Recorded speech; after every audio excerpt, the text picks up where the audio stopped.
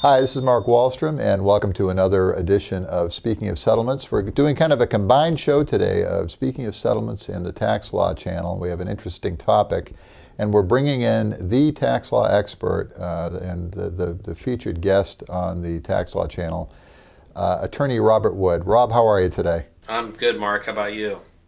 I'm doing just fine. Well, there's been some interesting, talk in the news, a real high-profile situation where the PGA golfer and Arizona State icon, Phil Mickelson, made some comments about the impact of the new tax rates, both state and federal, and all the new tax rates that have come in 2013. And he got in a little bit of hot water, I think unfairly, because he was just really kind of speaking and reflecting that the amount of tax that he's now paying is an issue and a concern with him. And he kind of intimated he might need to look at another state or do some planning or maybe cut back on some of his golfing as a result of the fact, I think he said he was paying 63% marginal rates. He's since kind of come back out with a little bit of an apology, saying that it was not his intention to make a political statement or offend anybody, or that, suggest he wasn't fully committed to golf. But it really kind of raised this whole issue that the reality is rates have really gone up, and there's some planning tools that have been around for years that have not really been used. But now that the reality of much higher marginal rates for millionaires has sunk in, things have changed. Rob, what are your thoughts on some of the options and this whole idea of planning now for millionaires, really? Where do we go from here? Yeah, well, and by the way, not that I know anything about what one should say to the press, but I think you're right. It was unfair that information travels, as we all know, so fast these days. And his comments, compared to so many that I've heard from taxpayers, Mickelson's comments were very measured, I thought. Basically didn't say, I'm leaving California, I can't stand it anymore, I'm paying through the nose. He was, I thought, very measured in his comments, just suggesting that he might need to make changes. And, certainly he was alluding to leaving California, but that was it. And you're right, it sort of blew up into a firestorm. I think on the state and federal side, lots of people are doing as he apparently was, which is looking at how much they're paying. Mark, as you just said, a millionaire these days is basically anyone in an upper income sort of echelon is paying a lot in federal taxes. With some of the changes that came back, including higher rates and the phase-outs that came back into the law, which under the Bush tax cuts had been eliminated. Now they're back. So there's some sort of stealth tax increases, I think you could call them. And on the state side, in states like California, which obviously is where Mickelson was speaking from a few days ago, on the state side, tax rates have gone up materially.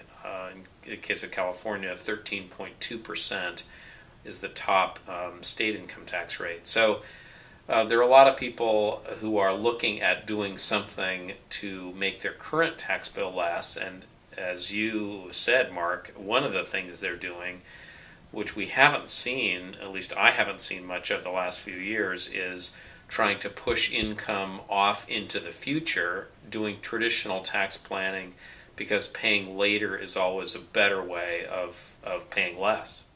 Right. And Rob, one of the things, and we'll kind of we'll discuss this with Mickelson and a lot of other people, but there is a product out there, or a process, I should say, as opposed to a product, whereby people can take endorsement fee income. We typically think of celebrity endorsers, but PGA golfers in particular are kind of interesting because they're really not employees. They're independent contractors. They join the tour. A huge part of their income, particularly the upper-level golfers like Phil Mickelson or a Tiger Woods or a Rory McIlroy, people like that, Greg Norman comes to mind, a huge amount of their income really is from endorsement deals. And the mechanism is out there to spread this out, to annuitize it, to structure it in much the same way we structure legal fees or do structured sales. Can you just give our viewers and listeners just a real quick synopsis on how that works? Sure, and I think, I mean, the analogy you used is absolutely right. I mean, any of these kinds of arrangements, whether they be a structured settlement of case proceeds, or a structured legal fee, or a structured deferred payment transaction, a structured sale. Basically, the financial industry, and in this case, life insurance companies, have long had products that basically, the idea basically being that if you either don't want, or for a variety of reasons, some of which may be tax reasons, and many of which are not, if you don't want immediate income on a lump sum, you basically put money, send money to the life insurance company, which in turn then gives you a ladder of payments. And all of these things have been thoroughly vetted by the IRS, and or by tax lawyers and opinions. And so I don't think they're remotely controversial. What's happening now with the change in tax rates and sort of the other shoe falling, so to speak, on what was going to happen with the fiscal cliff, is that now once again people are looking at those things and trying to plan their income, their retirement, their residency, and to do so efficiently and with an eye on tax rates, which is perfectly legal to do.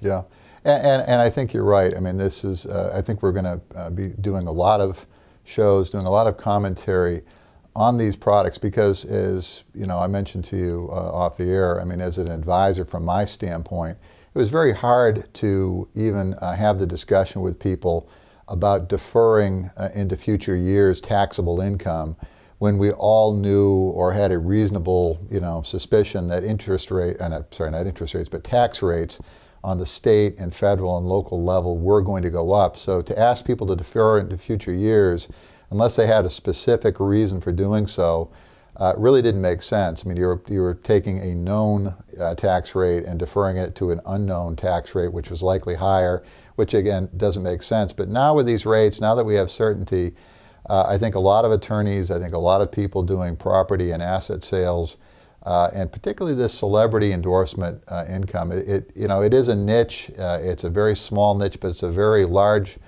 and high-profile group of people. And I think one of the things that really is attractive to any of these, whether it's a structured legal fee or the celebrity, is there is an element of privacy in doing this, isn't there, Rob? I mean, it's not like there's a court record. I mean, it allows somebody to really just kind of do their planning in private and avoid this kind of firestorm, if you will.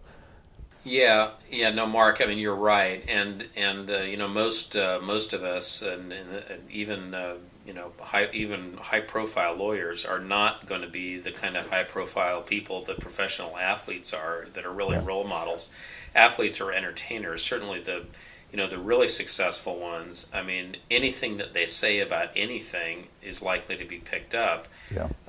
And I guess that's another lesson of this about taxes in particular. Most people who are receiving money for whatever it is, I mean, it's their money. They have to pay their taxes, and the question is, well, what are those taxes, and when are they due, and all that. But I'm not sure that it's a debate that's ideally suited to public discourse. I think there's a lot of sort of class warfare kind of discussions that it seems to prompt. At least that's what was apparently happening with Mickelson. A lot of people accusing him of being a crybaby, and then he apologized. He doesn't mean to offend anyone. I actually felt sorry for the guy, because it really, again, compared to so many people that say that they are making a specific move for tax reasons, I thought his comments were pretty moderate. Yeah. But you're right.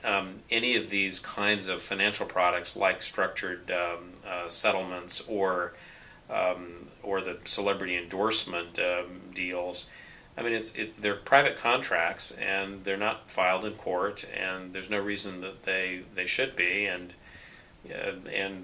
that's an added benefit, I think. Yeah. Yeah, and the other thing too, and we'll wrap up with this, and I think it's important because you really kind of raise this issue of class warfare and different things. I think people, and I'm sure you would agree with me, is that people have the right and should not be ostracized for doing effective tax planning. And we're not talking about tax avoidance here. We're talking about deferral of income, tax planning, and reasonable planning under the laws and the opportunities that are there for everybody. So I think people need to understand as we do these series and we're going over this is that we're not talking about people avoiding taxes. We're talking about people doing tax planning, and that's a very important distinction, don't you think, Rob? Absolutely, Mark, and I mean, hearkening back to the Romney, unsuccessful presidential bid. I mean, I think the same kind of thing was going on where there was this sort of, whose is bigger kind of debate, or whose is smaller, whose tax rate is smaller, and oh, your effective tax rate. Even going back a number of years to the discussion about Warren Buffett's secretary and her rate. I mean, we have this kind of obsession in talking about this stuff, and I personally, as a tax lawyer for over 30 years, I think our system is way too complex, and that it has a lot of terrible things in it. But it's our system, and it's sort of unrealistic to think that anybody, whether it's a politician or an athlete or an entertainer or a lawyer, or, I mean, literally anybody, is going to want to pay more tax than they legitimately can. So, and everyone has, maybe a personal sort of a litmus test. I mean, how aggressive is it? And there are people that say, look, if this isn't absolutely positively guaranteed and the IRS has approved it and says, everyone should do this, they're not going to do it, versus the other end of the spectrum, which is, as long as I'm not going to jail, it's okay if it's aggressive, to everything in between. And it's sort of unfortunate that our system is such that we have to make those choices, but there are many, many legitimate, tax planning devices, including the deferral mechanisms that, Mark, that you're talking about, that there's nothing wrong with, and people shouldn't be ashamed of talking about them if they have to talk about them. But I think in general, I don't know why, and maybe it's the sort of internet culture we live in, but a lot of discussion sometimes seems to have a lot of invective and gets personal when people have been doing this sort of stuff for, if not hundreds of years, probably maybe thousands of years. I don't know. I don't know that tax planning is much different today than it was, in the Stone Age. Well, Rob, as you know, there's no invective or personal attacks here on the Legal Broadcast Network and the Settlement Channel. I'm just delighted you're able to join us today, and I look forward to really having some ongoing discussions during 2013, looking at some of these options and products, and just appreciate your time and coming in here and enlightening us further. Rob, thanks for joining us today. Thank you, Mark. You've been watching the Settlement Channel and the Tax Law Channel here on the Legal Broadcast Network. I'm Mark Wallstrom. We'll see you again next week.